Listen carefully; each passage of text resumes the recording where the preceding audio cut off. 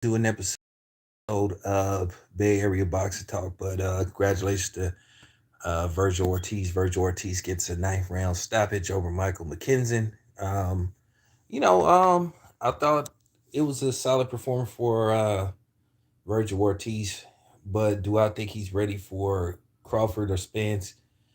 Not quite. I just saw some things that both Spence could capitalize off and both Crawford could capitalize off of.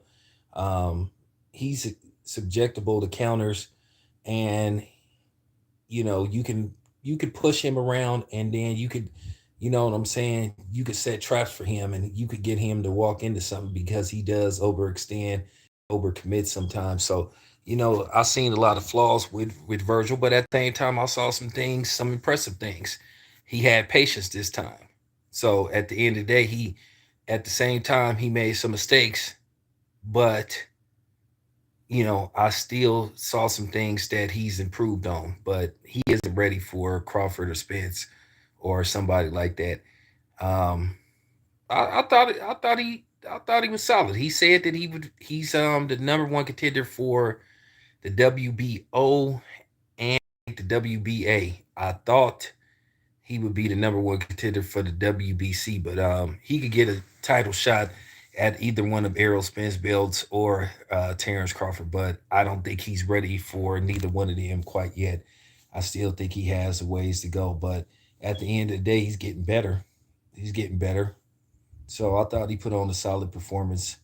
As far as his power go, I think that his power. I think he has solid power, but I think the way they were saying that he has devastating power. Nah, not quite. But he got power though. He got power. He got power. That's something that you can't deny. But I don't think he had that power where he scares people. He puts the fear into people. But the thing is, at the end of the day, could he even get a fight with Crawford, or could he even get a fight with Spence? We all know what's going on.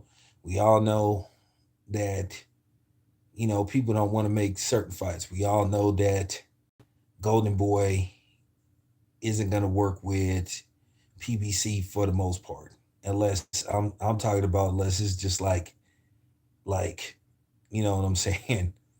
I'm talking about unless it's just like absolutely necessary, because as you can see, it was a lot of BS just to get the next two fights with Wilder and Fury. So you just have to wonder, would he even be able to get a fight? And even though the sanction bodies can mandatory stuff and say, hey, you got a mandatory against this guy, they can put mandatories off for a while. So it's just no guarantee. But as I said before, I like what I saw in Ortiz. I thought he did for the most part. He showed improvement. He's still what you call an up and coming fighter. Yeah, he is 19-0 with 19 knockouts. So what's next for him? You got to see how he does in his next fight. But as I said, the problem is you want to see him in certain fights to really see how good he is. But due to the Cold War that's going on, you'll never know. I wouldn't mind seeing him versus somebody like Barrios. On the flip side, Barrios, somebody like that, even somebody like Keith Thurman. You know, see how he fare against somebody like Keith Thurman. Even though Keith Thurman is talking about moving up to 154, but as of right now, he's at 147. So it's some fights out there for him, but they on what you call quote unquote the other side of the street. He could fight Terrence Crawford, but at the end of the day, we all know Terrence Crawford is trying to get the other fight did. So, you know, and we know Oscar is not going to make a fight with him and Jerron Bucenis. We know Oscar's not going to make that fight, so it ain't even no use bringing that fight up. I would like to see a fight like that, but then they would say it's not. Just what Oscar would say. He would say it's not time.